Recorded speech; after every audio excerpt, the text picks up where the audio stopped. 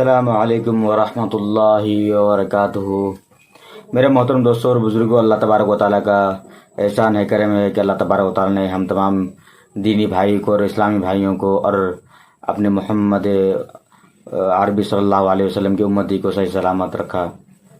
दोस्तों, मैं आपसे एक बात अर्ज़ करना चाहता हूँ। काफ़ी दिनों से बहुत सारे कमेंट आ रहे थे आप पे कि वो कौन सी ऐसी चीज़ है या फिर वो कौन सा ऐसा सामान है जो इंसान इस्तेमाल करता है मगर इंसान कभी उसको देखता नहीं।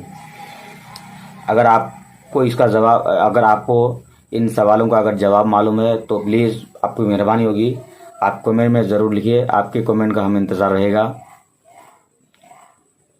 और एक सवाल ये कि वो कौन सा ऐसा जानवर है जो आग से पैदा होता है और आग में ही रहता है, लेकिन अगर आग से बाहर निकल जाए तो उसकी मौत वाक़ई हो जाती है, यानी वो मर जाता है।